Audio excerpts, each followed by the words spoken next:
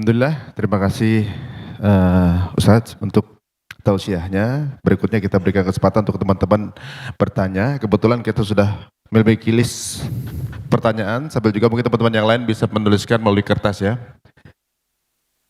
Yang pertanyaan yang pertama dari akhwat ini Marcella Simon. Di sebelah mana posisinya? Marcella Simon.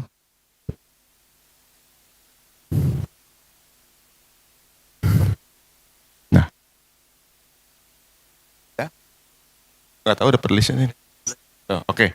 Yang Ikhwan dulu kalau gitu sambil menunggu. Wajah duduk ini. Roger dan Warta. Belum hadir. Oke. Oh. Silakan Roger. Assalamualaikum warahmatullahi wabarakatuh. Waalaikumsalam warahmatullahi wabarakatuh. Senang sekali kesempatan bisa bertemu dengan guru besar Ustadz Abdul Somad. Barakallah. Saya baru saja menikah. Saya berharap bisa mendapatkan nasihat sedikit mengenai pernikahan, baik yang baru menikah maupun teman-teman yang sudah lama menikah. Sedikit nasihat mungkin Ustadz. Terima kasih. Pertama saya ucapkan barakallahu lakuma wa baraka alaikuma wa jama'a bainakuma fi khair. Barakallahu lakuma, berikan berkah kepada mereka berdua ya Allah. Wa baraka alaikuma, berikan berkah dalam mengharungi kehidupan senang dan susah, lapang dan sempit. Wa jama'a bainakuma fi khair, disatukan dalam kebaikan. Hadis sunnah Nabi Muhammad sallallahu alaihi wasallam.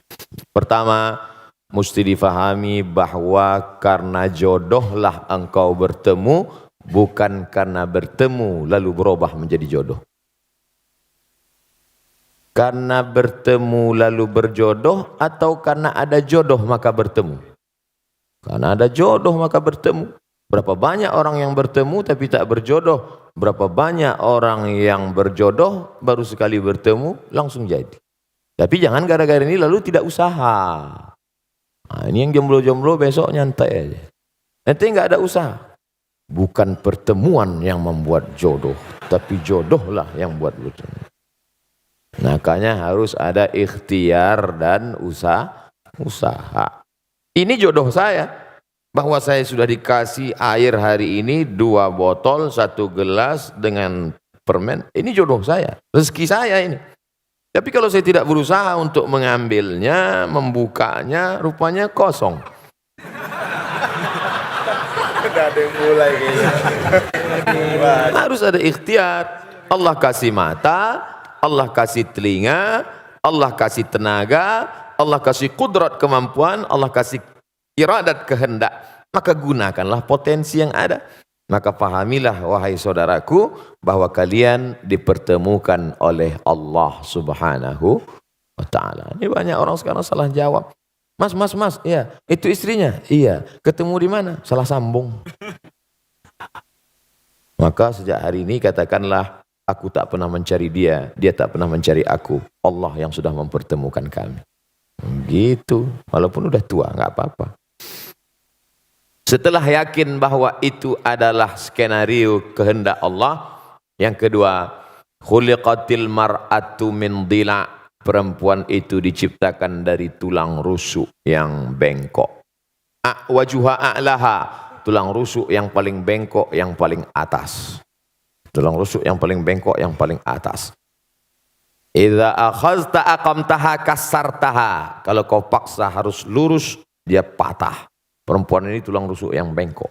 Kalau kau paksa lurus, patah dia. Tapi kalau kau ikut, kau jadi bengkok. Kan susah itu. Kalau diluruskan, patah dia. Kenapa nggak pakai jilbab? Patah dia. Maka pakai lembut lah, pakai jilbab ya. Tak usahlah saya ajari, paham lagi kalian tuh. Pandai-pandai. Yang ketiga, man tazawwaja faqad istakmalal iman. Siapa yang menikah, dia sudah menyempurnakan setengah iman. Iman itu 100%. Siapa yang sudah menikah, imannya sudah download 50%. Sisanya bukan menikah lagi. Ini perlu saya luruskan ibu-ibu, karena banyak sekarang jamaah yang sudah pandai menafsirkan sendiri. Sisanya falyattaqillaha fin nisfil baqi, takwa kepada Allah. Setakwa-takwanya anak lajang pemuda jomblo yang belum menikah, imannya baru 50. Sempurnakan dengan menikah. Sebaliknya yang sudah menikah walaupun tidak takwa sudah 50. Tinggal takwa sedikit aja lagi. Oleh sebab itu maka bersyukur kita, sahabat-sahabat kita. Mudah-mudahan yang belum berjodoh ditemukan Allah jodoh. Yang bilang amin yang belum nikah aja.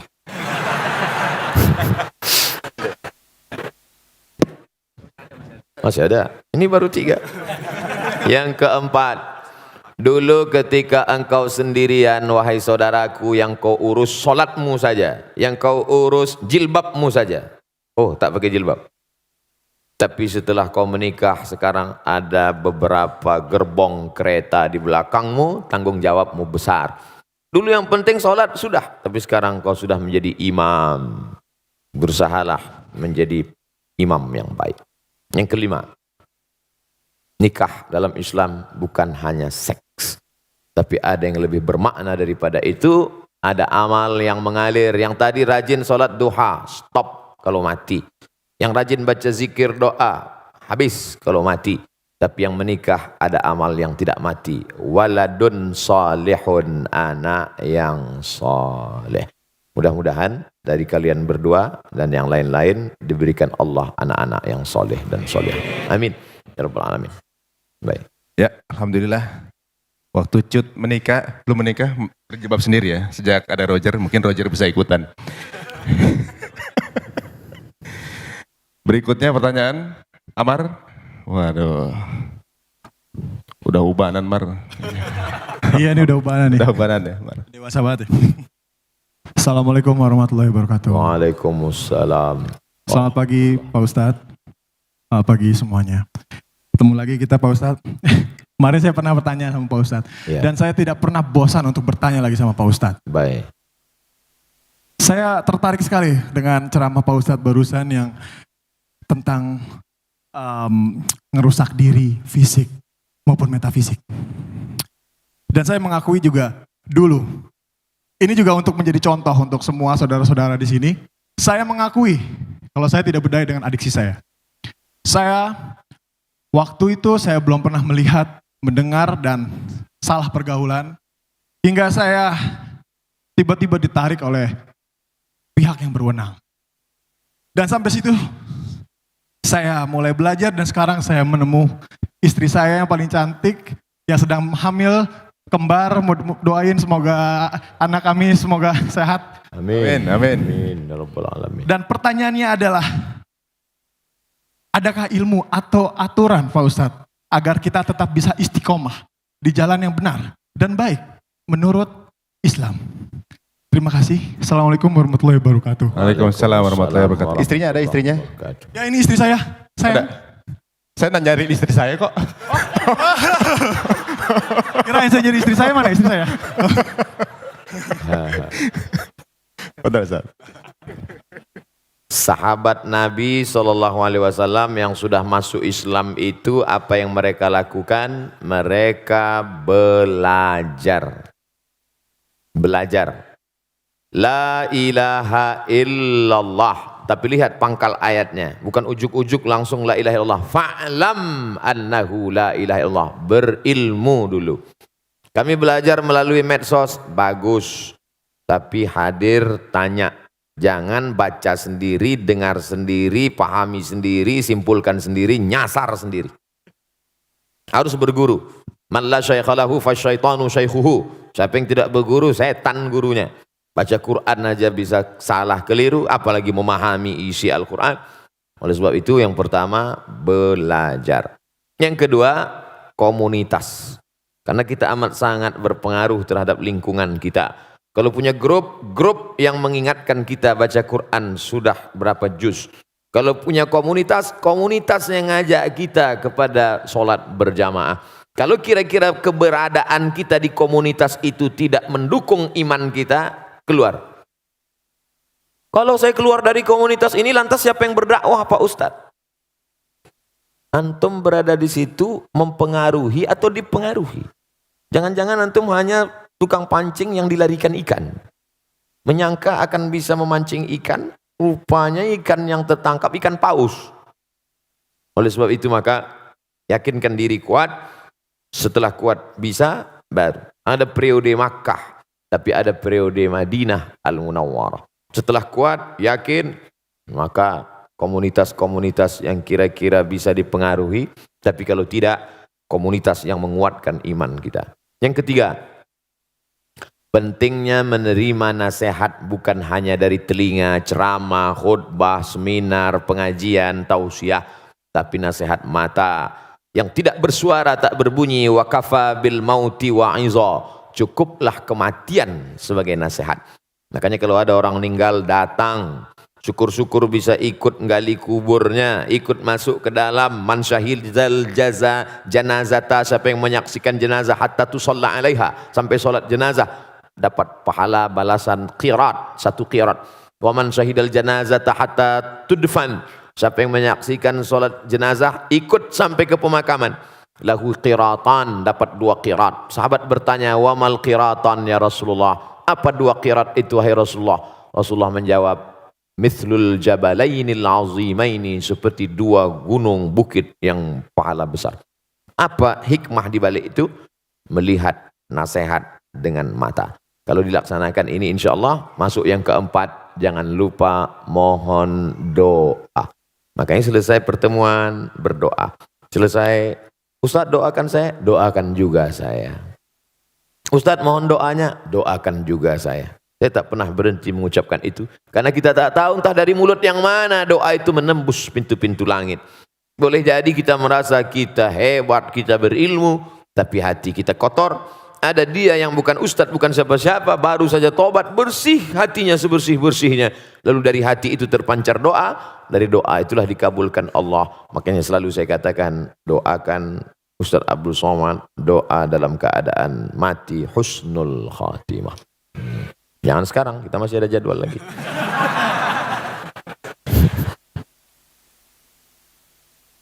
Yang berikutnya kita berikan kesempatan untuk teman-teman akhwat.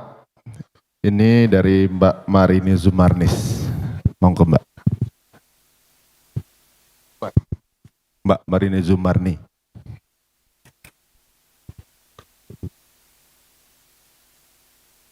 Pakai S. Assalamualaikum warahmatullahi wabarakatuh. Waalaikumsalam. Pak Ustadz, saya mau menanya. Saya kan sudah menikah udah hampir 21 tahun. Dan anak saya juga sudah dewasa. Nah, kita pada ibu-ibu, mungkin saya juga mewakili semua ibu-ibu di sini.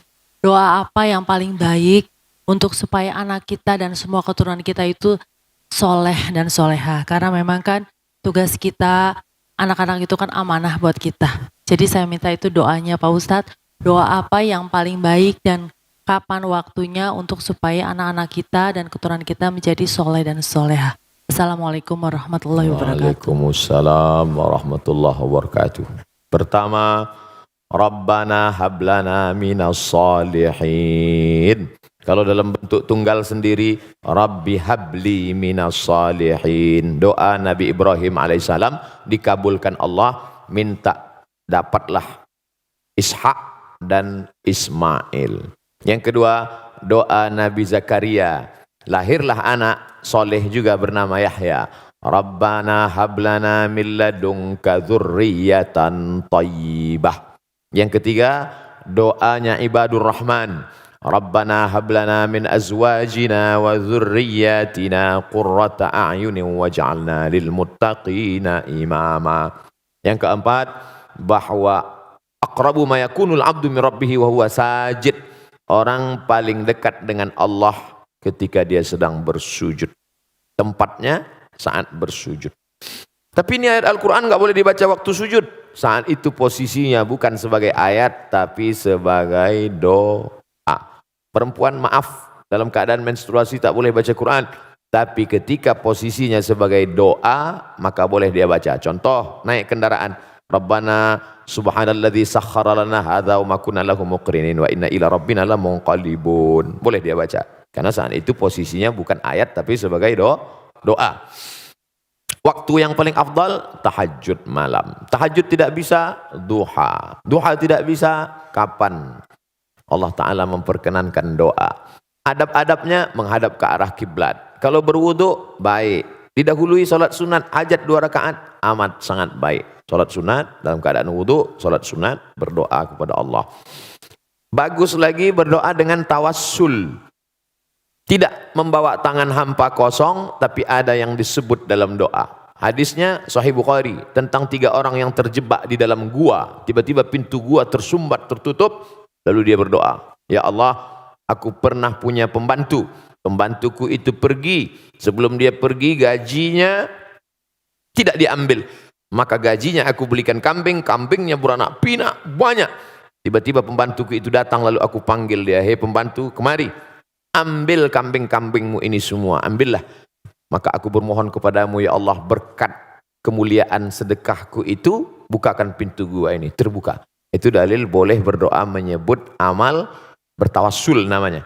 Ya Allah, berkat anak yatim yang kusekolahkan itu kemarin, walaupun cuma sebulan aja.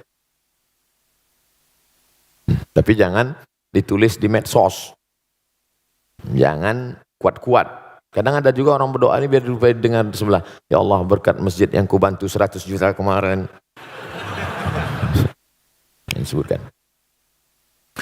Yang kedua, orang dalam gua tadi berdoa, ya Allah, aku punya seorang ibu dan ayah. Setiap aku pulang membawa susu kambing ke rumah, istriku menangis belum makan, anakku meraung kelaparan, tapi ku tunggu ibu dan ayahku terbangun. Setelah mereka terbangun baru ku berikan. Kalau memang baktiku kepada engkau ini membuat doa terkabul, kabulkan doa, terbuka. Yang ketiga, ya Allah, aku tidak kaya seperti dia bisa bersedekah, dan aku tidak bisa berbakti karena orang tuaku sudah meninggal. Aku hanya melakukan satu, hampir melakukan perbuatan dosa, tapi tidak jadi karena takut kepadamu. Kalau rasa takut ini pun bisa membuat doa terkabul, bukakan pintu, terbuka pintu gua. Oleh sebab itu, berdoa ada waktunya, ada adabnya, dan dengan tawassul baik. Mudah-mudahan anak-anak kita dijaga, dipelihara dari perbuatan maksiat dan dosa. Baik. Baik, berikutnya kami berikan kesempatan untuk Teh Desi. Teh Desi Ratnasari.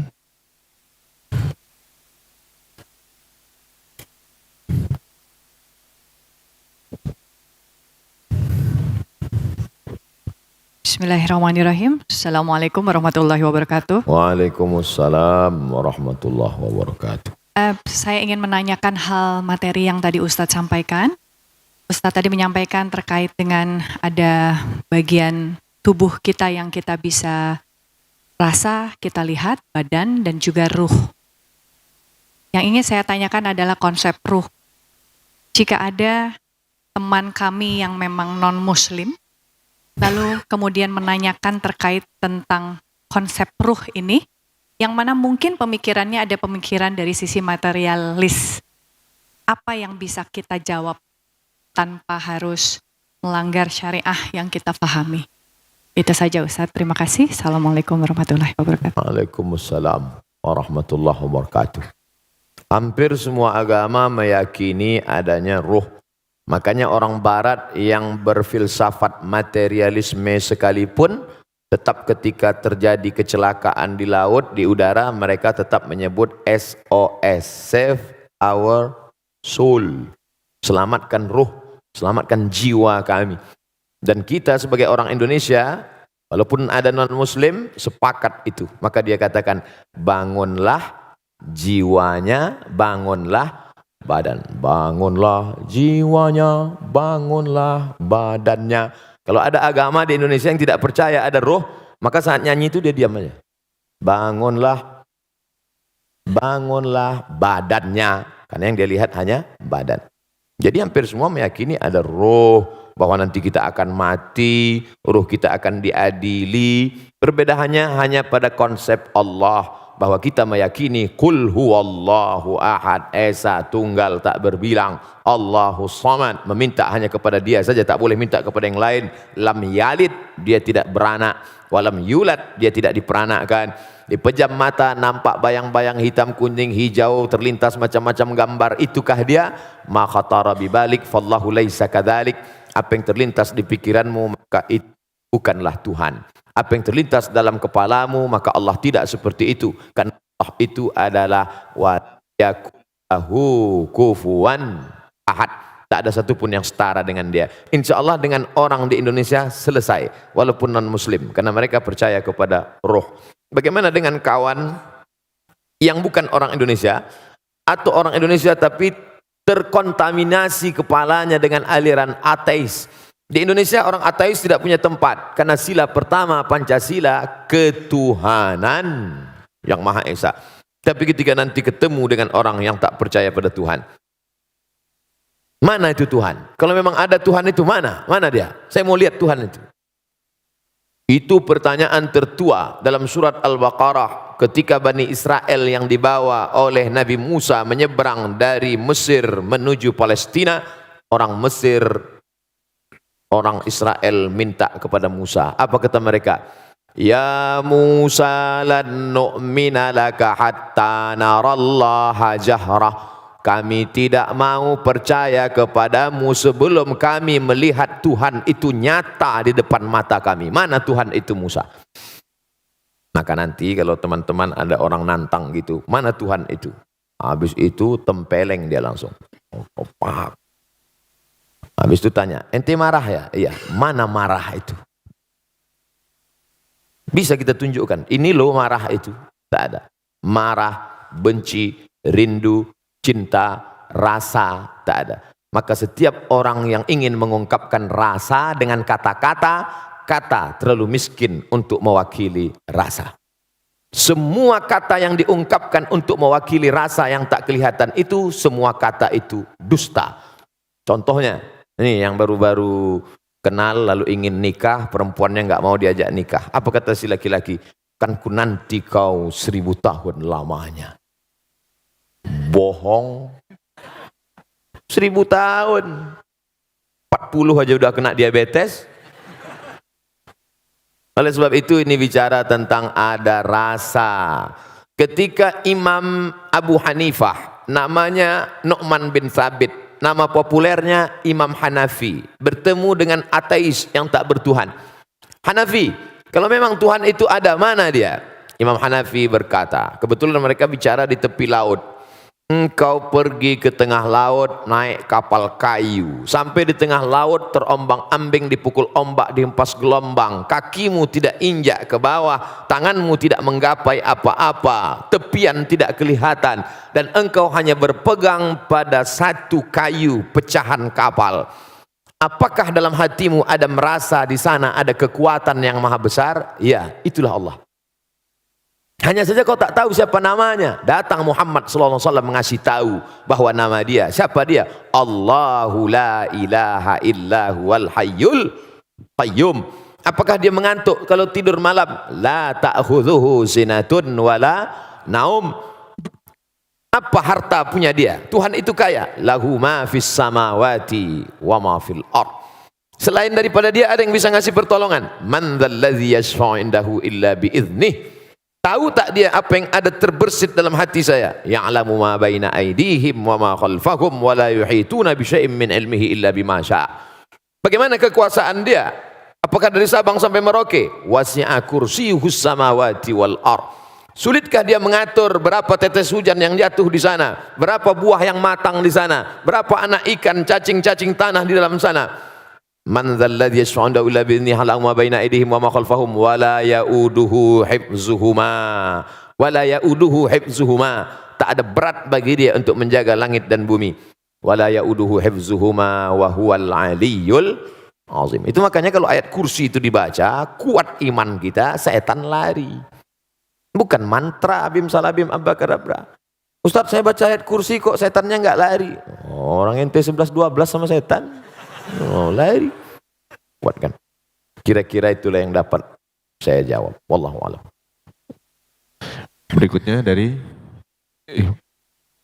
Ikhwan, ini dari Giovanni Tobing. Ya, silakan. Alhamdulillah. Saya pikir Mas Giovanni ini non Muslim.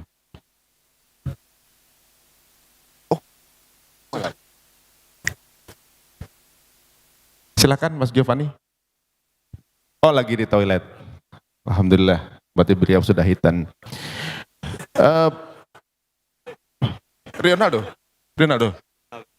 Ronaldo. Mau tanya juga? Di toilet juga mungkin bersama Giovanni. Oke. Baiklah. Sepertinya list yang diberikan panitia dari teman-teman yang sudah booking pertanyaan sudah selesai. Oh ya, berikut dari Omar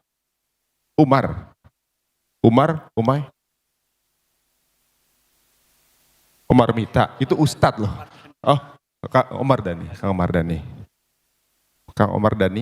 mangga. Sudah, aman. Oke, aman. Ada lagi mau bertanya dari Ikhwan? Mas Alvin Adam. Padahal. Assalamualaikum warahmatullahi wabarakatuh, Ustaz. Waalaikumsalam. Kenalkan saya Alvin. Tadi saya dengar Ustaz bilang bahwa yang benar, yang tahu benar dan salah itu cuma Allah Subhanahu wa Ta'ala. Di kajian tadi. Yang ingin saya tanyakan Ustaz, bagaimana kita berdialog dengan kalbu kita pada saat kita sharing, syiar, coaching, atau apapun istilahnya ke banyak orang, supaya kita tidak menyakiti hati orang yang bersangkutan. Ini terjadi karena saya besar dari keluarga yang majemuk Ustadz, pluralisme banget, terus terang. Jadi agak sulit bagi saya untuk mencoba. Di satu sisi saya yakin bahwa apapun yang disampaikan yang ada di Al-Quran pasti betul. Tapi bagaimana saya berdialog dengan saudara-saudara lain saya yang tidak seiman, supaya saya tidak menyakiti mereka, tapi saya betul tidak mengurangi ketakwaan saya pada Allah Subhanahu wa Ta'ala. Baik. Itu Ustaz. Assalamualaikum warahmatullahi wabarakatuh. Waalaikumsalam warahmatullahi wabarakatuh. Nanti Giovanni kebetulan juga balik. Jadi bertanya Gio? Sekalian? Oke, boleh. Berarti sekaligus dijawab dua, gak apa-apa Ustaz? Anda jawab aja dulu. Ya, jawab ini dulu. Oh, takut lupa. Mas Alvin. Ya. Baik. Saya jawab satu-satu. Saya takut lupa. Mas Alvin yang berkehidupan majmuk dalam keluarga, setelah pulang pengajian lalu memanggil keluarga-keluarga yang non-muslim, duduk sini semua. Setelah duduk lalu disampaikan, Inna dina indallahil Islam. Agama di sisi Allah adalah Islam. Wa man yabtaghi ghairal islami dina. Siapa yang mencari agama selain dari Islam, falan yuqbala minhu, maka dia tidak diterima. Wa huwa fil akhirati minal khasirin. Di akhirat neraka jahanam tempatnya. Kira-kira apa yang terjadi? Selama nggak diupload gak apa-apa. Pertanyaannya, apakah yang disampaikan tadi benar? Benar.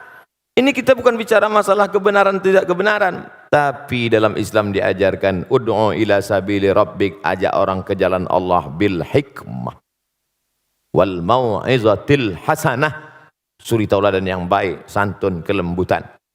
Saya cerita, ada seorang imam dari kalangan tabi'in, Nabi Muhammad SAW, di bawah Nabi sahabat Nabi, di bawah sahabat Nabi tabi'in. Orang yang ketemu dengan Nabi, sahabat. Yang ketemu dengan sahabat namanya tabi'in. Nama tabi'in ini Al-Imam Al-Hasan Al-Basri. Meninggal tahun 110 Hijrah di kota Basrah, Irak. Dia rumahnya di tepi bukit, sehingga tetangganya di atas, dia di bawah. Suatu ketika dia sakit. Tidak keluar rumah, tetangganya turun dari atas, non-muslim, menjenguk ke rumahnya, dilihat di ruang tamu, mana Hasan Basri? Dia tidak ada, dia di kamar, dijenguk di kamarnya. Hai Imam Hasan Al-Basri, ya apa kabarmu? Aku sakit. Itu di pojok rumahmu ada ember, iya. Apa itu ember? Menampung air dari atas. Air apa? Aku tidak tahu, aku tampung saja. Kalau tidak salah itu air WC ku. Air WC si non muslim jatuh menetes ke bawah, Lalu kemudian dia bertanya, berapa lama sudah kau menahankan air menetes ini? Ishruna sanah, 20 tahun. Ajaran apa yang mengajarkanmu seperti ini, wahai Hasan Basri? Saksikanlah, wahai Hasan Basri, asyhadu an la ilaha illallah wa asyhadu anna Muhammadan Rasulullah. Tersentuh hatinya karena akhlak dan kelembutan. Berapa banyak orang tua yang dulu kehilangan anaknya ketika orang tua itu masih satu keyakinan dengan dia, tak pernah datang, mabuk narkoba, tapi ketika sudah masuk Islam, membawa makanan, menyentuh kebaikan, memeluk ciumnya, karena Islam tak melarang putus hubungan walaupun beda agama. Akhirnya orang tua itu tersentuh, berkata, dulu kusangka kalau anakku pindah agama dia akan hilang, tapi justru sekarang kau makin dekat dengan aku. Saksikanlah, nak, asyhadu an la ilaha illallah wa asyhadu anna Rasulullah. Tapi sayangnya itu hanya di sinetron aja. Kita mau contohkan real dan nyata. Oleh sebab itu maka sentuhlah dia dengan akhlak Islam, karena Allah Subhanahu wa taala tidak pernah memuji Nabi Muhammad sallallahu alaihi wasallam. Ai Muhammad yang tahajudnya sampai kakinya bengkak. Ai Muhammad, enggak. Tapi apa bunyi ayatnya? Wa innaka la'ala khuluqin azim. Sesungguhnya engkau, wahai Muhammad SAW, berakhlak mulia. Akhlakul karimah. Makanya Nabi itu datang, apa kata dia? Innama bu'istu liutammima makarimal akhlak. Aku datang untuk menyempurnakan akhlak. Anak Abu Bakar namanya Asma. Asma ini satu ayah dengan Aisyah istri Nabi, tapi lain ibu. Ibunya non muslim. Setelah Asma pindah dari kota Makkah ke kota Madinah, ibunya rindu, datang ingin menemui Asma. Asma takut bertemu ibunya karena non muslim. Akhirnya melapor ke Nabi, ya Rasulullah, ya ummi qadimat, ibu saya datang. Afa asiluha, ibu saya datang jauh dari kota Makkah, tapi saya takut menemuinya karena akidahnya berbeda. Bolehkah saya silaturahim dengan dia? Kata Nabi, apakah Nabi menjawab, ini pedang pancung kepala makmu. Kata Nabi, siliha, silakan sambung silaturahim.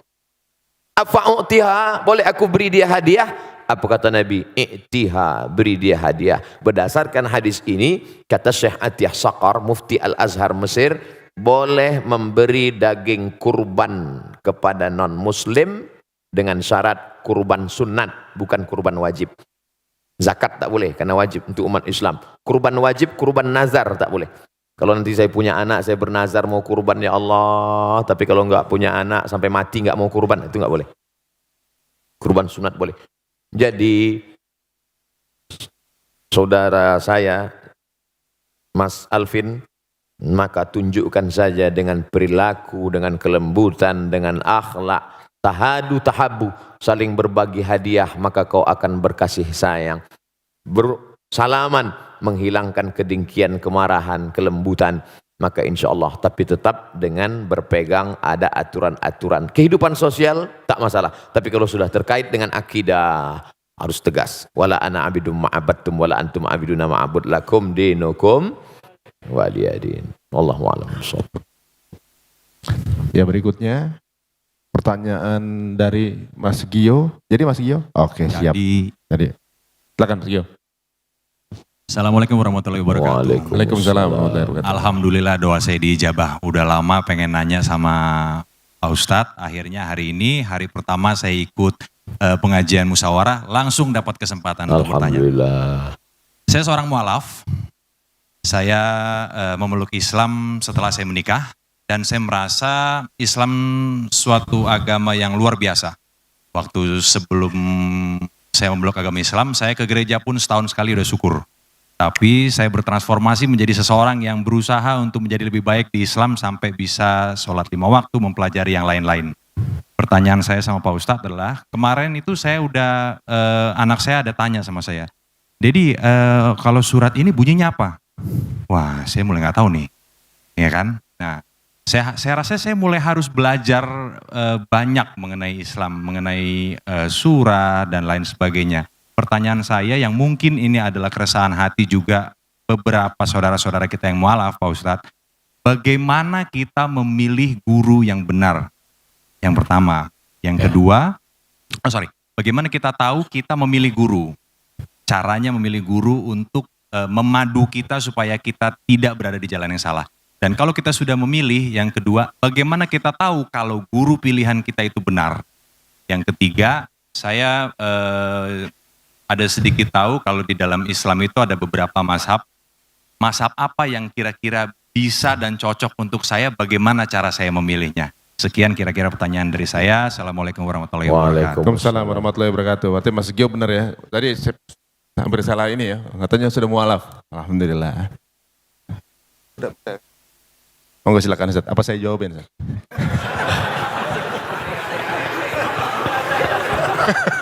Afwan. Mas Gio, yang catatan amalnya masih bersih, ketika di hadapan Allah mungkin buku catatan dosa saya jauh lebih banyak. Oleh sebab itu jangan lupa doakan saya, doakan kami, doakan kita semua. Pertama, bahwa dalam Islam tidak ada holy man setelah Nabi Muhammad SAW. Tak ada manusia suci yang anti kritik, yang tak boleh diperbaiki, diluruskan. Makanya ketika Umar bin Khattab jadi khalifah, dia menangis. Kenapa? Karena dia sekarang punya jabatan tinggi, dia takut nanti sahabat tidak ada satupun yang bisa meluruskan dia. Tapi kemudian ketika ada sahabat berkata, kalau kau salah wahai Umar bin Khattab, aku yang akan meluruskanmu. Dia peluk, alhamdulillah masih ada hamba Allah yang meluruskan. Abdul Somad, manusia biasa, bisa benar, bisa salah. Main bola ada statuta yang dibuat oleh FIFA, rule of the game, aturan main. Ini outside namanya, ini goal namanya. Maka ketika orang itu keluar dari standar ini, dia tidak benar. Idza ra'aitar rajul, seorang yang diyakini sebagai wali Allah. Kita tahu ada wali songo, manusia yang punya karamah, kemuliaan. Dalam kitab Al-Luma' cahaya-cahaya, ditulis oleh Imam Saraj At-Tusi.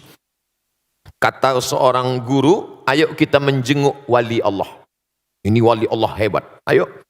Sampai di dalam masjid, muridnya nanya, mana wali Allah? Itu yang ada di depan. Masya Allah, wali Allah. Gak berapa lama setelah itu, yang disangka wali Allah tadi, meludah di dalam masjid. Kata gurunya, ayo kita tinggalkan, ini wali setan. Kenapa? Karena perbuatannya bertentangan dengan syariat Islam, haram meludah dalam masjid.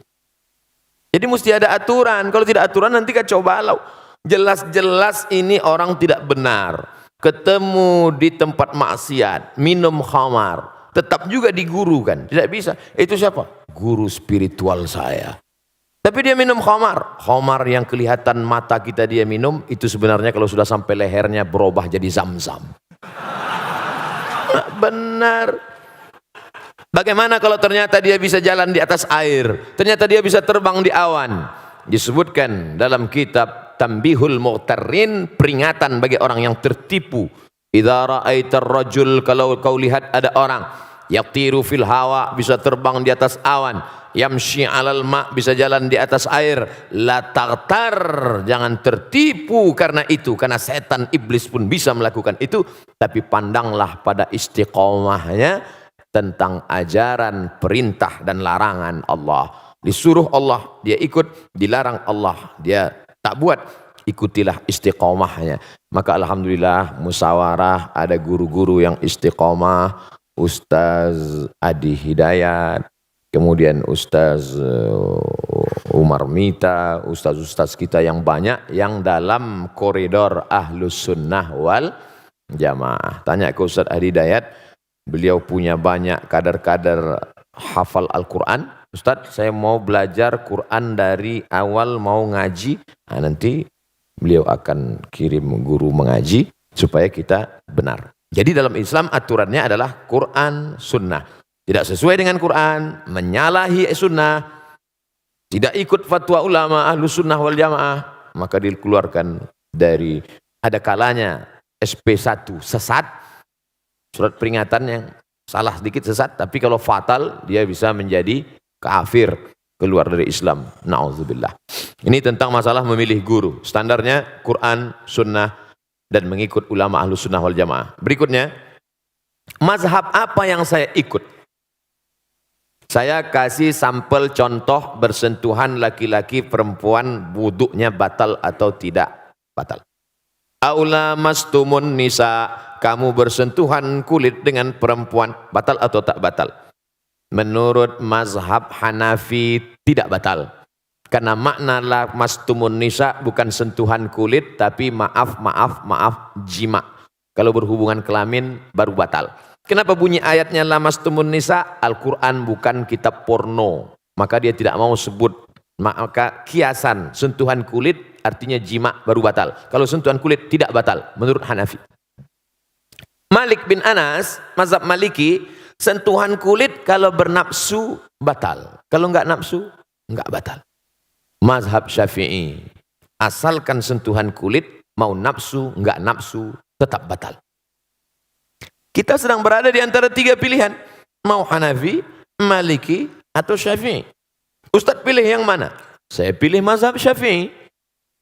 Oh, karena Ustadz tidak pernah belajar mazhab Maliki. Saya belajar di Maroko. Maroko 100% mazhab Maliki. Guru-guru saya di Darul Hadis, mazhabnya Maliki. Kenapa Ustaz tetap berpegang pada mazhab Syafi'i? Guru-guru saya sebelum berangkat dulu mazhabnya Syafi'i. Setelah saya pulang ke tengah komunitas masyarakat bermazhab Syafi'i. Dan ada satu analisa saya, ketika saya pakai mazhab Syafi'i, saya lebih tenang dalam kasus ini. Misalnya habis bersentuhan, habis itu saya sholat. Allahu Akbar. Datang setan menggoda. Wudu'mu batal Abdul Somad. Tidak, aku sudah wudu. Tapi andai saya pakai mazhab Maliki, wudu'mu batal Abdul Somad. Tidak. Tadi kamu nafsu. Enggak. Ada dikit.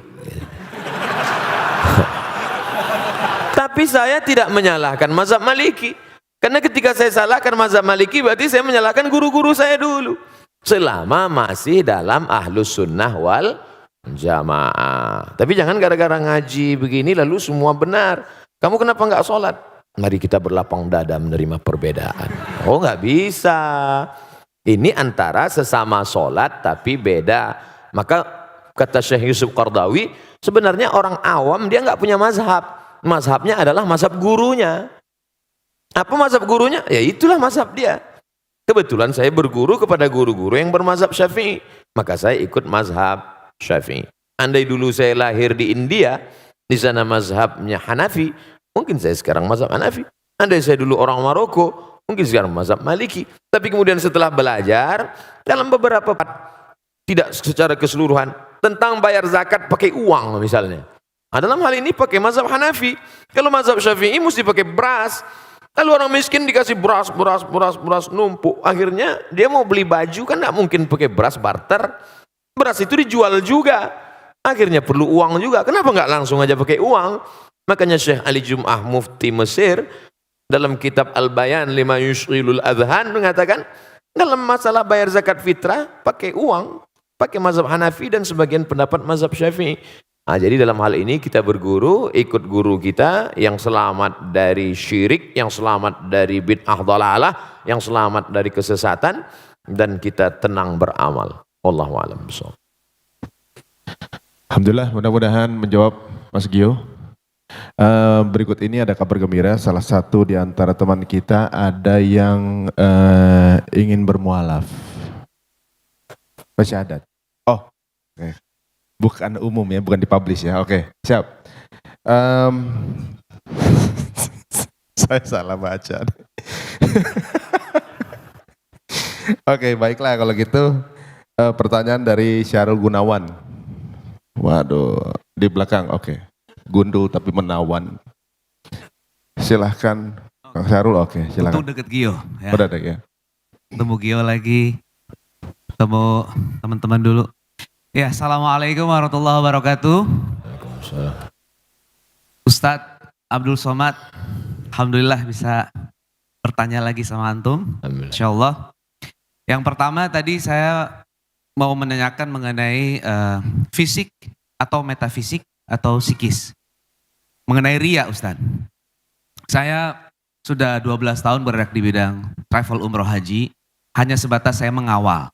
Tapi ilmu saya Masih jauh Ustaz. Ketika saya memposting foto-foto atau video untuk kepentingan promosi saya di travel, saya merasa bahwa ya ini kan tergantung niat. Saya kan ingin promosi. Tapi ketika saya menanyakan pada diri saya, hey, kamu ini sebenarnya sedang mempromosikan diri kamu atau travel kamu? Itu yang saya kadang-kadang, oh ya, mungkin kebanyakan orang juga sering sulit untuk menilai ini ria atau ikhlas ataupun tujuan lain. Ya. Itu yang pertama. Terus kemudian yang berikutnya, saya kira udah nggak usah lah. Kasih kesempatan sama yang lain aja. Saya kira itu. Terima kasih banyak. Billahi taufiq wal hidayah. Assalamualaikum warahmatullahi wabarakatuh. Waalaikumsalam warahmatullahi wabarakatuh. Kita tanya ke anak muda yang sholat ke masjid, tiba-tiba ada yang satu nggak sholat ke masjid. Ente kenapa nggak sholat ke masjid? Takut ria Pak Ustadz. Standar ria bukan lewat perasaan, tapi standar dalam Islam adalah syariat, Quran dan sunnah. 1 meter sudah ditetapkan 100 cm, bukan mengikut perasaan. Karena kalau ikut perasaan nanti datang bawa orang sahasta. Ini berapa? Ya 1 meter aja dah. Tidak bisa begitu. Oleh sebab itu, apakah ini tergolong ria atau tidak? Apa kata Imam Fudail bin Iyad? Tarkul amal li ajlin nas ria. Tidak jadi beramal karena ingin dipuji orang, ria. Wal amal li ajlihim syirik. Beramal karena ingin dipuji orang, syirik. Masuk masjid, mau sholat tahiyatul masjid, teman-teman di belakang sudah siap kameranya mau upload. Enggak jadi tahiyatul masjid karena takut dipuji orang, syirik. Sholat supaya dipuji orang, melirik ke belakang supaya dipuji orang, syirik. Tidak jadi beramal karena takut dipuji orang, riya. Beramal supaya dipuji orang, syirik. Lalu yang selamat bagaimana? Laksanakan menurut tuntunan Quran dan sunnah. Mohon perlindungan kepada Allah supaya Allah membersihkan hati. Kalau pakai perasaan nanti ustaz-ustaz nggak ada yang diupload ceramahnya. Jangan upload, saya takut riya. Akhirnya isi medsos itu hantu aja semua. Makanya ulama sekaliber Habib Umar bin Hafiz, ada FB-nya, ada Instagram, ada follower, ada muhibbin. Habib Umar bin Hafiz, kemudian pula Syekh Ali Jum'ah, Habib Ali Zainal Abidin, tetap ada. Untuk apa? Ini syiar, syiar. Fahami ini sebagai syiar. Wal budna ja'alnaha lakum min sya'airillah. Onta-onta dan kambing-kambing yang dipotong itu bagian dari syiar agama Allah. Apa hubungan onta dan kambing itu syiar? Ketika penyembelihan onta dan kambing saat hari raya kurban, istri, anak dipanggil ramai-ramai menyaksikan supaya orang melihat, oh ternyata orang Islam itu hebat ya. Orang Islam itu ramai kalau bagi-bagi daging kambing ya. Kalau sholat subuh aja yang sunyi ya. Ini syiar. Begitu juga dengan postingan Mas Syahrul Gunawan, maka postingan itu tidak mempertunjukkan terlalu lebay, misalnya sampai semua sampai berdoa pun. Dulu orang berdoa menghadap Ka'bah, sekarang berdoa membelakangi Ka'bah. Itu terlalu berlebihan. Tapi sekedar bercerita bahwa ini pergi umrah, ini syiar. Kloter pertama keberangkatan umrah setelah haji akan dilaksanakan tanggal sekian. Syiar menunjukkan ekonomi Indonesia baik, menunjukkan bahwa jamaah umrah ramai. Nah, ini. Jadi ada standar kelayakan, kepantasan. Maka dalil dalam Islam itu sampai 10. Quran, hadis, ijma', qiyas, syar'u man qablana, saddu zara'i, qaulu sahabi, istihsan, istishab, urf. Standar kepantasan, kelayakan. Ini pantas enggak ini? Ini layak enggak ini? Ketika layak, pantas, maka tidak masuk dalam kategori riya. Bahwa dia senantiasa berbisik-bisik dalam hati, memang kerja setan. Itu memang sudah SOS, standar operasional setan. La'atiyannahum min baini aidihim, aku akan datang dari depan, wa min khalfihim, dari belakang, wa an aimanihim, dari kanan, wa an syama'ilihim, dari kiri. Setan memang sudah datang. Lalu cara kita membalasnya, kita laksanakan niat baik, istighfar. Astaghfirullahaladzim, astaghfirullah. Halau dia hilangkan itu semua. Mudah-mudahan kita diselamatkan semua dari riya dalam rangka menegakkan agama Allah. Amin ya rabbal alamin. Mohon maaf, Ari, satu lagi Ri, penting Ri. Ustadz, mohon maaf, mengenai mazhab tadi, ada kita kebanyakan Syafi'i, ada Hanafi, Hambali, ketika kita ada di haram misalnya, ada yang duduknya duduk di antara dua sujud, ada yang duduk tahiyat akhir. Kita berpegang teguh bahwa rakaat terakhir itu tahiyat akhir dengan posisi duduk yang agak miring. Tapi banyak juga orang Indonesia yang mengikuti duduk di antara dua sujud. Ada jamaah yang nanya sama saya nggak bisa jawab Ustadz. Nah itu baiknya bagaimana? Apakah kita harus konsisten dengan mazhab kita dengan tata cara seperti itu atau kita bisa mengikuti, fleksibel? Terima kasih Ustadz. Makasih Ri. Thank you. Udah kejawab kan? Alhamdulillah ya, terima kasih. Kalau sholat itu ada tasyahud awal dan tasyahud akhirnya, sholat zuhur, sholat maghrib, sholat isya, sholat asar, maka tasyahud awal duduknya iftirash. Iftirash artinya tikar, alas, menjadikan telapak kaki kiri sebagai alas. Iftirash, tegak. Pada tasyahud akhir duduknya tawarruk. Tawarruk diambil dari kata warik. Warik, maaf, warik artinya pantat, menempel ke lantai. Itu maka agak miring. Mazhab Hambali begitu.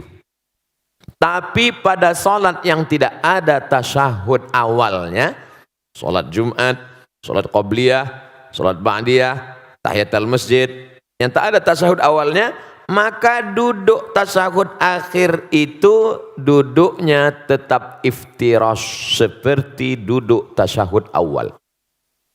Makanya kita lihat di Saudi Arabia ada mazhab Maliki, ada mazhab Hambali, mereka tasyahud akhir tapi duduknya seperti duduk kita tasyahud awal.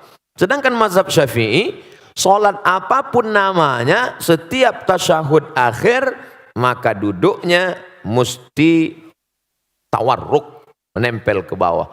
Nah, jelas ini mazhab Hambali, ini mazhab Syafi'i. Sekarang ada orang Indonesia pergi umrah, duduk tahiyatul masjid atau qobliyah atau ba'diyah, tapi duduk tasyahud akhirnya duduk iftirash. Maka secara fikih, etika fikih keliru. Karena dalam fikih itu mesti sepaket. Kalau mazhab Syafi'i dari awal, mesti Syafi'i juga di ujung. Contoh, kalau dia dari awal itu niatnya di dalam takbiratul ihram, maka sampai salamnya mesti mazhab Syafi'i.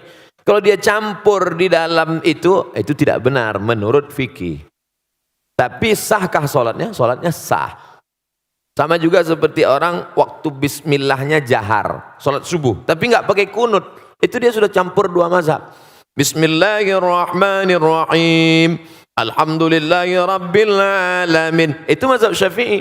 Mestinya setelah rakaat kedua, Allahumma hdina fi man hadait. Tapi sekarang pada beberapa masjid, bismillahnya Syafi'i, tapi kunutnya malah pindah ke Hambali. Secara etika fikih, dia tidak ngerti fikih. Tapi dia udah sholat subuh aja udah alhamdulillah. Gitu. Sholat subuhnya sah. Nah, jadi kalau dalam satu masalah itu dianjurkan untuk tidak campur-campur mazhab dalam satu masalah. Masalah sholat tadi dari takbiratul ihram sampai salam pakai mazhab Syafi'i. Wallahu a'lam. Ya, mudah-mudahan Bang Syahrul aman.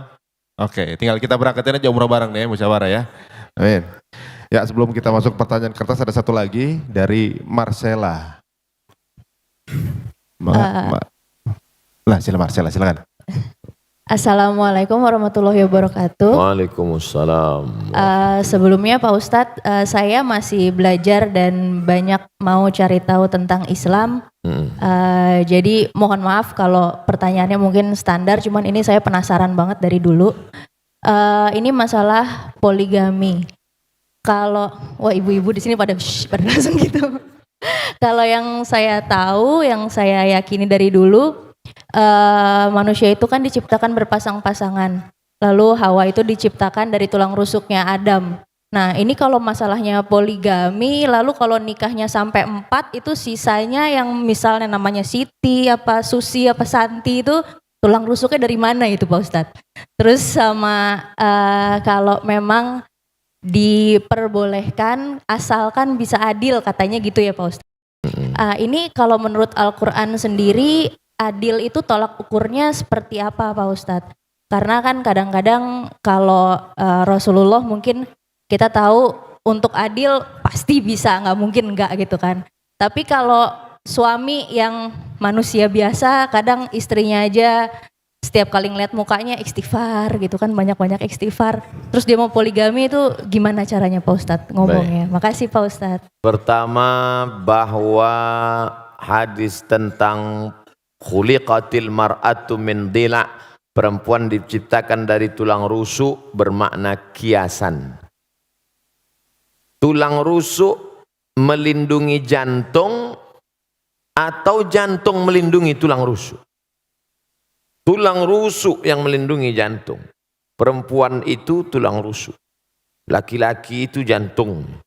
Maka perempuan yang melindungi laki-laki. Makanya dalam Quran disebut hunna libasul lakum wa antum libasul lahun. Perempuan menjadi pakaian bagi laki-laki, menutupi segala cacat, aib dan kekurangannya.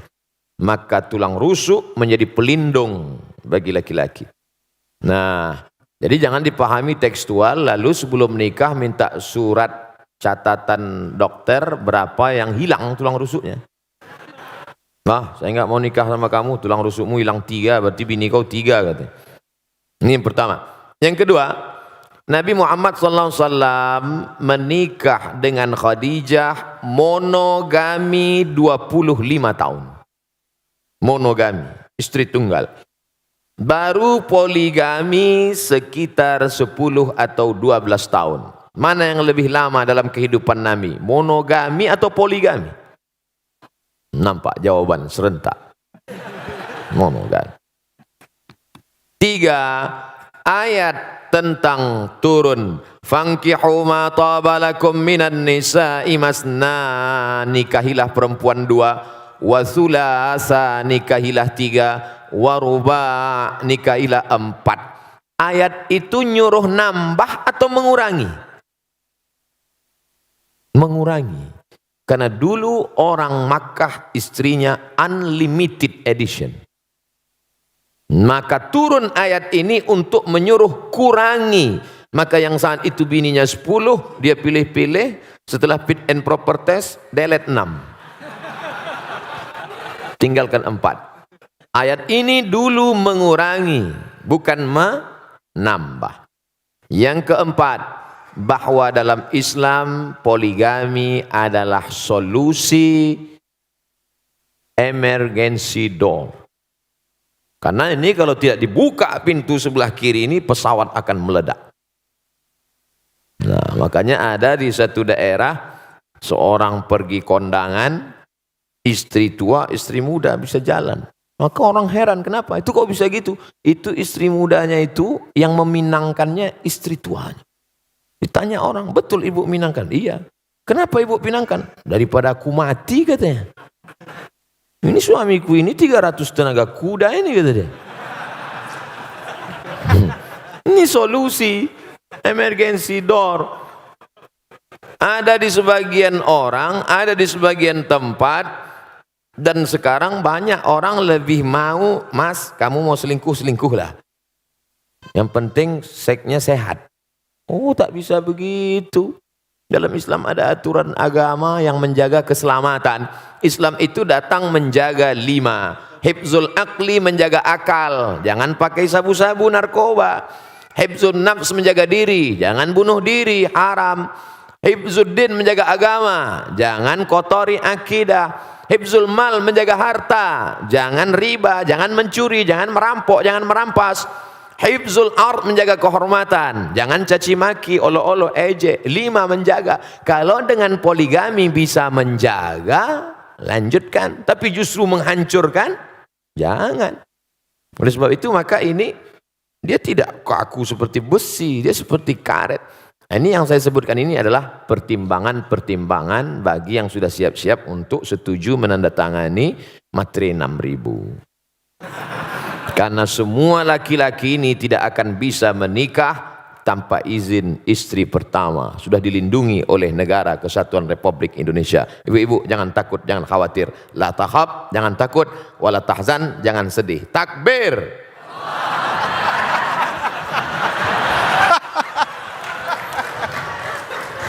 Pas istri saya lihat Ustaz. Alhamdulillah ya, aman ya ibu-ibu ya. Aman. Baiklah, berikutnya kami persilakan Ustaz untuk pertanyaan yang dari kertas. Apa yang dimaksud punuk unta? Sebuah hadis yang diutarakan untuk wanita. Punuk unta salah satu sampel contoh. Tapi banyak hadis lain substansi maknanya adalah, saya sebutkan satu. Ayat Quran bahkan. La yadribna bi arjulihinna. Janganlah memukul kaki ke lantai. Dipakai gelang kaki bergemerincing. Yadribna bi arjulihinna. Dipukulkan kaki ke lantai waktu jalan. Kerincing, kerincing, kerincing, kerincing, kerincing. 1. 2. La tabarrujna tabarrujal jahiliyatil ula. Jangan bersolek-solek jahiliyah. 3. Jangan memakai seperti punuk unta naik ke atas. Dari 3 sampel contoh ini makna substansinya adalah norak. Berlebihan, lebih dari normal, abnormal, supaya diperhatikan orang. Adapun sekedar mengikat rambut, kebetulan rambut dia panjang, maka diikatnya pakai karet gula. Diikatnya. Lalu kemudian ketika dia pakai jilbab agak menonjol sedikit, ya nggak apa-apa. Tapi sengaja dipakai tinggi ke atas supaya ketika dia lewat semua wow. Jadi jangan ditangkap sampelnya, tapi yang diambil adalah substansinya. Karena sekarang banyak orang, perempuan, tidak seperti punuk onta, tapi noraknya lebih daripada punuk onta. Pahami ini dengan baik. Tentang masalah gemerincing di lantai, tidak ada lagi. Tentang solek jahiliyah, tidak lagi. Tentang punuk onta, tidak. Dia selamat dari 3 kasus contoh. Tapi substansi noraknya masih bertahan. Maka hukumnya dia tetap kena. Intinya wajar-wajar saja. Kau diperhatikan orang bukan norakmu, tapi karena prestasimu. Kau diperhatikan orang bukan karena make upmu, tapi karena cahaya bekas wudukmu, karena tahajudmu memancar. Ini kan ingin mencari hati orang supaya suka. Padahal hati orang itu punya Allah. Kalau Allah sudah menanamkan cinta ke dalam hatimu, maka hati-hati hamba itu pun ikut cinta kepada engkau. Oleh sebab itu maka raihlah cinta Allah dengan tahajud, raihlah cinta Allah dengan baca Quran dan zikir, bukan dengan yang semu, bukan dengan yang hilang. Karena kita akan capek melelahkan diri sendiri hanya dengan kepalsuan-kepalsuan. Kenapa dia bercahaya wajahnya? Bekas wudhu. Masya Allah. Emang saya tayamum. Artinya kita tetap beramal, berdoa, biarlah orang suka, karena Allah menanamkan suka itu bukan karena dibuat-buat, karena sesuatu yang dibuat-buat kita akan lelah, capek sendiri. Normal saja, apa adanya. Apa boleh seorang anak naik haji, tapi orang tuanya belum pernah pergi haji? Pulang dari sini, kau ambil kain selendang, kau gendong ibumu, Dari Jakarta jalan kaki ke kota Makkah. Sampai di Makkah kau tawaf 7 putaran, naik ke Bukit Safa, pergi ke Marwah 7 putaran, tahallul. Maka belum dapat menebus sekali teriakannya saat melahirkanmu. Oleh sebab itu yang punya uang, senangkanlah hati orang tua. Buatlah ibumu seperti raja, maka rezekimu akan seperti raja-raja. Bukan hadis Nabi, saya ketemu di grup WhatsApp. Senangkan orang tua, karena setelah Allah langsung orang tua. Wa qadha rabbuka alla ta'budu illa iyyah. Allah mewajibkan engkau hanya beribadah kepada Allah. Habis Allah, wabil walidaini ihsana, berbakti kepada orang tua. Kalau masih hidup dia senangkan. Tapi saat tidak beruntung, saat sangat sayang pada ibunya, tapi ibunya sudah meninggal dunia, saat datang menjumpai Nabi SAW, ya Rasulullah, ummi matat, makku, ibuku, ummi sudah meninggal dunia. Afa atasaddaqu anha, kalau saya bersedekah pahalanya sampai tidak ke almarhumah? Kata Nabi, tasaddaq, sedekahlah wahai Sa'ad. Ayu sadaqatu afdal, apa sedekah yang paling afdal? Kata Nabi, saqiyul ma, memberi air minum. Idzan ahfiruha. Saat itu juga, saat ngobrol dengan Nabi itu, langsung saat pergi menggali sumur, wakafkan untuk almarhumah ibunya. Sudah meninggal dunia. Maka yang masih hidup, esok hari libur, bawakan makanan kesukaannya, belikan pakaian yang paling indah, tunjukkan kertas, mama, sudah kami daftarkan ONH. Alhamdulillah, tapi baru bayar DP 5%. Doakan supaya rezeki kami halal berkah. Saya sudah banyak berjalan, jauh berjalan, banyak dilihat, lama hidup banyak dirasa. Di balik kesuksesan orang-orang besar itu saya lihat, saya perhatikan, rupanya di ruang kamarnya ada gambar ibunya.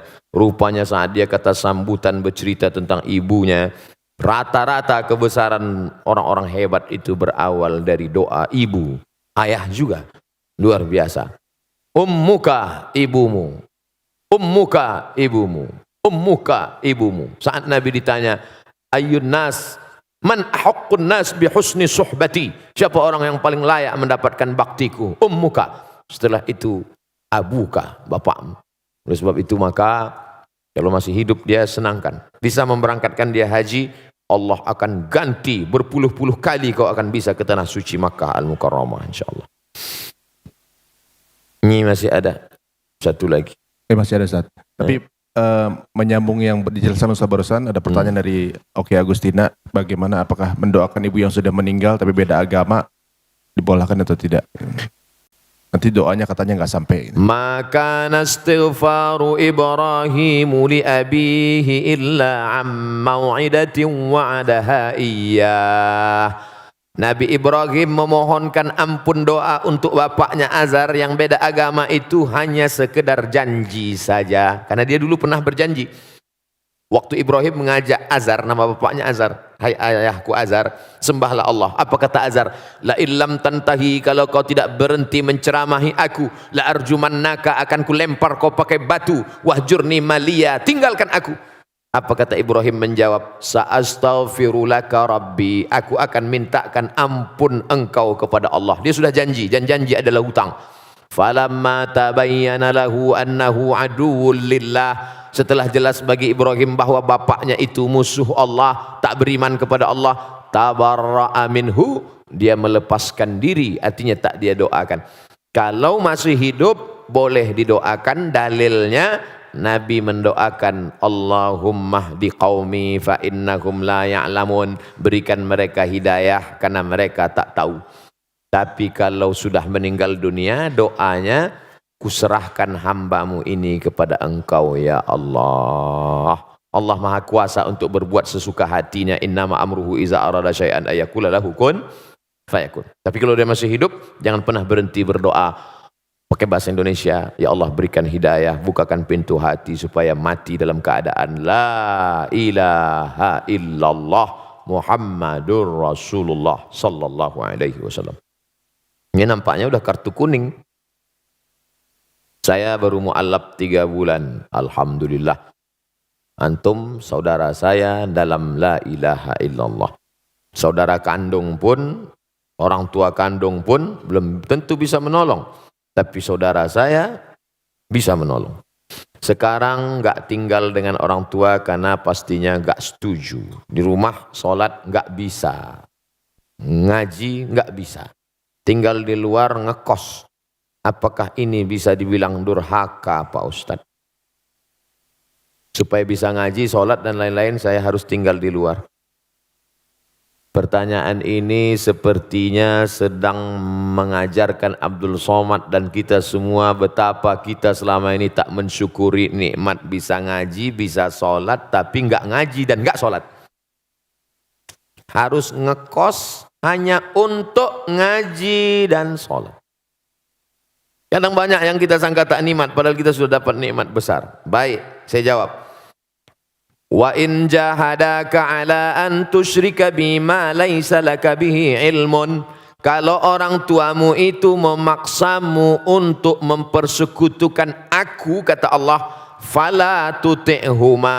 Jangan kau patuh pada mereka berdua. Ini dalil engkau boleh ngekos, saudaraku. Karena kalau kau tetap di situ, dia akan paksa. Maka kata Allah, fala tuti'huma, jangan kau patuh dengan dia. Tapi ayat itu belum potong, baca ujungnya. Wa sahibhuma fid dunya ma'rufa. Tetaplah engkau berinteraksi, berbakti kepada mereka. Kontradiktif. Bagaimana mungkin saya sudah tinggalkan rumah, tapi saya tetap silaturahim? Engkau tinggalkan karena niatmu supaya bisa sholat, supaya bisa ngaji, maka ngekos, tapi silaturahim jangan putus. Mama, papa, apa kabar? Sudah makan pagi? Sehat? Mau dia balas caci maki, sumpah serapah, anggap itu bagian cara Allah menghapuskan dosa, cara Allah mengangkat derajat, cara Allah melatih hati. Jangan pernah berhenti, tiap pagi, tiap hari, doakan dia. Tapi untuk mempertahankan supaya bisa sholat, supaya bisa ngaji. Mudah-mudahan Allah berikan hidayah sehingga sampai masanya nanti. Sulitkah bagi Allah? Tak ada yang sulit. Qalbul mu'min baina asabi'ir rahman. Hati manusia ini di jari jemari Allah. Di jari jemari kuasa kudrat iradat Allah SWT. Insya'a, kalau dia mau dia buat begini, kalau dia mau dia buat begini. Lalu kenapa tidak dia kasih saja hidayah semua Pak Ustadz? Kalau semua dia kasih hidayah, lalu kita dapat apa? Ayyadiyallahu bika rajulan wahidan. Satu orang dapat hidayah karena mulutmu, karena SMS-mu, karena share-mu, karena statusmu. Khairum min humurin na'am. Lebih baik daripada kau memiliki seekor onta yang merah. Pernah Bapak Ibu, kawan-kawan melihat onta warna merah? Onta itu kuning, hitam yang jarang-jarang mandi. Dan ada onta merah. Onta merah, onta yang bulunya kemerahan seperti brown, seperti itu mahogani, adalah onta termahal yang unik. Maka orang yang tak dapat, dia dapat.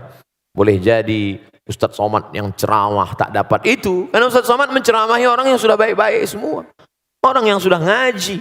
Setelah yang sudah hijrah, sudah ngaji, kumpul, barulah datang Abdul Somad. Assalamualaikum warahmatullahi. Sementara ada yang dia bukan ustadz, tapi dengan merangkul, sering ngajak, ngaji, akhirnya dapat hidayah. Maka jangan pernah berhenti, tetap ngekos, tetap sampai Allah bukakan pintu hati hidayahnya, insyaAllah. Amin. Ya Rabbal Alamin. Ustaz, terakhir Ustaz. Baik. Dari Mas Adrian. Moga Ustaz. Assalamualaikum warahmatullahi wabarakatuh. Waalaikumsalam warahmatullahi. Saya yakin setiap di antara kita tidak ada yang akan memberikan anak-anaknya, istrinya, keluarganya daging babi. Kenapa? Karena babi diharamkan oleh Allah. Tapi tanpa kita sadari masih banyak di antara diri kita, saya atau mungkin saudara-saudara kita yang masih memberikan keluarganya sesuatu yang mengandung riba. Yang jelas dalam Al-Baqarah 275 Allah menghalalkan jual beli sedangkan mengharamkan riba. Ustadz Abdul Somad yang saya sangat cintai, bagaimana untuk meyakinkan diri kita, keluarga kita dalam era zaman saat seperti ini yang sudah penuh dengan materialisme, kapitalisme, supaya kita bisa selamat khususnya dari hal yang diharamkan oleh Allah tersebut. Jazakallah khair Ustaz. Assalamualaikum warahmatullahi wabarakatuh. Waalaikumsalam warahmatullahi wabarakatuh. Mengapa orang terjebak pada riba? Pertama, kita tidak tahu. Yang tidak tahu, kita kasih tahu. Setelah tahu, maka harus berubah. Mengapa orang terjebak pada riba? Karena kebutuhan ekonomi, terdesak. Pilihannya cuma dua. Kalau tidak riba, mati. Maka dalam hal ini berlaku hukum darurat. Ad-darurat tubihul mahzurat. Yang darurat membolehkan yang terlarang sampai daruratnya hilang. Oke, termaafkan. Emergensi. Yang ketiga, terjebak pada riba karena style. Kalau tidak ngutang, tidak dianggap sebagai orang kaya. Akhirnya terjebak pada kehidupan yang semu dan palsu. Kerja setan, la'udillannahum, aku sesatkan mereka. Setelah sesat, wala umanniyannahum, aku buat mereka berhalusinasi. Kau yang paling cantik, kau yang paling kaya, kau yang paling hebat, kau yang paling-paling. Padahal dia saja yang merasa. Orang lain lihat dia malah jijik. Nah, ini jebakan setan. Lebih bahaya daripada jebakan Batman. Yang keempat, maka Allah Ta'ala menyebutkan beberapa ancaman. Ancaman pertama, alladzina ya'kuluna riba, orang yang makan riba, la yaqumuna illa kama yaqumul ladzi yatakhabbatuhu syaitanu minal mas. Bangkit dari kubur ketika nanti ditiupkan sangkakala seperti orang yang kerasukan setan. Kata orang Jawa, kesambet. Begitulah nanti bentuk dia di padang mahsyar. Dua, ayyuma lahmin, setiap daging di badan, nabata min haramin, kalau tumbuh dari yang haram, fannaru aulabih, tempatnya api neraka. Sepiring nasi riba disuap berubah menjadi setetes darah haram, masuk ke dalam jantung, merusak otak anak yang hijau yang bersih jadi kotor.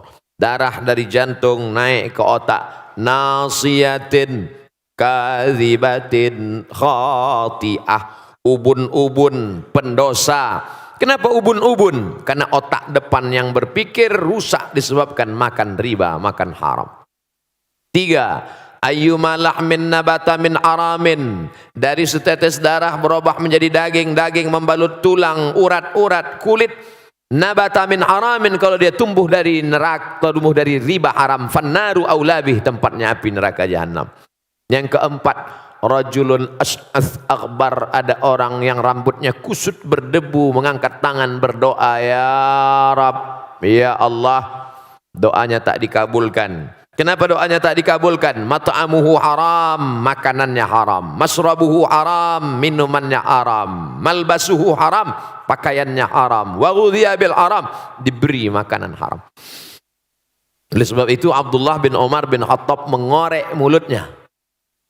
Dia muntahkan lagi. Ketika ada orang memberi kurma, dia makan. Setelah itu datang orang ngasih tahu. Itu tadi yang ngasih ente orangnya begini-begini. Dia muntahkan lagi. Makanya jangan senang dulu kalau ditraktir. Oleh sebab itu maka kita jaga diri kita, keluarga kita dari riba ini, beralih ke bank syariah. Beralih, alihkan tuh tabungan-tabungan bank syariah yang dapat fatwa DSN, Dewan Syariah Nasional. Kita kembangkan ekonomi syariah. Wah, kemarin saya baca buku Pak Ustadz, tidak syariahnya bank syariah, menuju syariah, menuju syariah. Karena kalau langsung ujuk-ujuk ya nggak bisa, berproses. Haramnya khamar aja berproses. Dulu orang musyrik jahiliyah minum khamar sesuka hatinya. Allah tidak langsung haram dah, tapi berproses. La taqrabus shalah, jangan kamu salat wa antum sukara, ketika kamu sedang mabuk. Enggak boleh salat waktu mabuk. Artinya apa? Kalau enggak dalam salat boleh mabuk. Tapi jangan dipakai sekarang. Ini cerita tentang pengharaman khamar dulu. Jadi kalau mau sholat zuhur jam 12, mabuk jam 9, ya nggak apa-apa, mabuk aja. Tolong jangan dipotong. Dulu nih ceritanya, sebelum pengharaman. Setelah umat Islam mulai menjauhkan khamar, karena ketika itu ada sahabat yang mabuk minum sampai lupa ayat, sambil mabuk sholat.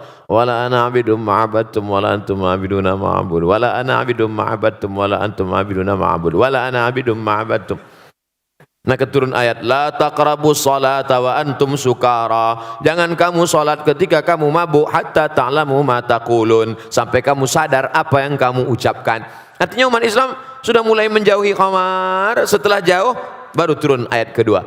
Yas'alunaka 'anil khamri wal maisir.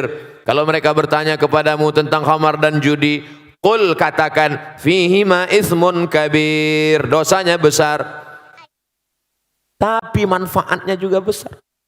Tetap cerita manfaat, tapi udah mulai agak-agak jauh.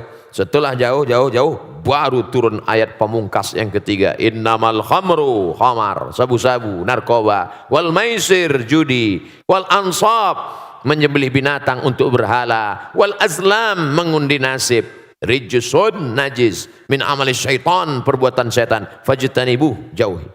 Nah, jadi finalnya begitu. Begitu juga tentang proses ini, berdiri bank muamalat, lalu bank-bank konvensional buka cabang divisi syariah, 16 tahun, 15 tahun baru boleh mendirikan sendiri. Beberapa bank daerah, bank Aceh, bank NTB, bank Sumatera Barat, nah ini bank Riau, berubah menjadi bank syariah. Mudah-mudahan semuanya dalam proses, walaupun mungkin kita tidak lagi hidup di atas dunia, tapi anak-anak cucu kita mendapatkan bank syariah ini sehingga murni dari riba, insyaallah. Amin ya rabbal alamin. Amin ya rabbal alamin. Alhamdulillahirabbil alamin. Sepertinya sesi tanya jawab sudah berakhir. Sebelum kita masuk ke salat zuhur, ada baiknya kita mendengarkan doa penutup dari Ustaz. Fadhal Ustaz. Astaghfirullahalazim. Astaghfirullahalazim. Astaghfirullahalazim. Alladzi la ilaha illa huwal hayyul qayyum wa atubu ilaih. Rabbana alaika tawakkalna, kepada Engkau kami bertawakal ya Allah. Wa ilaika anabna, kepada Engkau kami berserah diri ya Allah. Wa ilaikal masir, kepada Engkau kami semua akan mati menghadapmu ya Allah. Rabbana fir lana dzunubana, ampunkan dosa silap dan salah kami. Wali ummahatina, ibu yang sudah melahirkan kami, 9 bulan 10 hari mengandung kami. Berapa kali dia tidak jadi sholat duha gara-gara kami menangis di pelukannya. Berapa kali dia sudah ambil wudhu akan tahajud juga tidak jadi karena kami menangis sampai pagi. Berapa kali dia tidak jadi mengganti baju hari raya demi kami. Berapa kali dia harus kena panas terik demi sekolah kami. Hari ini saat kami ingin membalas budi baiknya, dia sudah berada di dalam tanah. Tak dapat kami balas selain berdoa, Rabbana ighfir lana dzunubana wa liwalidayna warhamhuma kama rabbayana shaghira. Allahumma ja'al abna'ana wa banatina, anak-anak kami. Dulu di zaman kami kecil godaan ada, tapi di zaman anak-anak kami begitu hebat dan dahsyat. Selamatkan mereka dari narkoba ya Allah, selamatkan mereka dari zina, selamatkan mereka dari pergaulan bebas, selamatkan mereka dari segala perbuatan dosa dan maksiat. Ya muqallibal qulub, wahai Engkau yang membolak-balikkan hati, sabbit qulubana, kokohkan hati kami, ala dinik, dalam agamamu, wa ala ta'atik, dalam ketaatan kepadamu ya Allah. Allahumma alif baina qulubina, hati yang sudah Kau satukan dalam iman dan Islam ini, maka jaga hati kami jangan sampai dirusak hanya karena hasad dan dengki ya Allah. Allahumma tahhir qulubana minal hasadi wan nifaqi wal kibriya. Jaga hati kami dari sifat angkuh dan sombong. Jaga hati kami dari sifat syirik dan riya. Jaga hati kami dari segala yang membuat amal kami hilang sia-sia, tak dapat menjadi bekal saat menghadapmu nanti ya Allah. Allahumma barik lana fi amwalina, berikan berkah pada harta yang Kau titipkan kepada kami, sehingga harta itu tidak menjadi istidraj, nampaknya seperti nikmat tapi ternyata di balik itu semua azab. Jadikan harta kami berkah sehingga kami bisa berinfak, berwakaf, bersekolah, menyantuni anak yatim, membayarkan sekolah fakir miskin, mendirikan rumah jompo, menyantuni mereka yang kekurangan ya Allah. Allahumma barik lana fi ahlina wa auladina. Berikan berkah pada keluarga kami sehingga dapat kami membimbing sampai saat kami nanti menghadapmu ya Allah. Allahumma ja'al hadzal balada baladan aminan mutmainnan ya'tihi rizquhu min kulli makan. Jadikan negeri tempat tinggal kami Negara Kesatuan Republik Indonesia negeri yang aman, damai, bersih dari segala kehancuran, perpecahan, terbuka pintu rezeki dari segala penjuru. Allahumma waffiq ulata umurina. Pemimpin-pemimpin kami, condongkan hati mereka untuk menolong agamamu dengan kekuasaan yang kau titipkan di tangan mereka ya Allah. Allahumma khtim lana bihusnil khatimah. Tutup umur kami dengan husnul khatimah. Wala takhtim alaina bisu'il khatimah. Jangan kau tutup hati kami, jangan kau tutup umur kami, jangan kau tutup usia kami dengan su'ul khatimah. Allahumma ja'al akhira kalamina. Jadikan akhir kalam kami indan tihai ajalina. Ketika ajal kami sampai, yang terakhir keluar dari mulut kami adalah La ilaha illallah Muhammad Rasulullah sallallahu alaihi wasallam. Kalimatu haqqin alaiha nahya, dengan itu kami hidup. Wa alaiha namutu, dengan itu kami mati.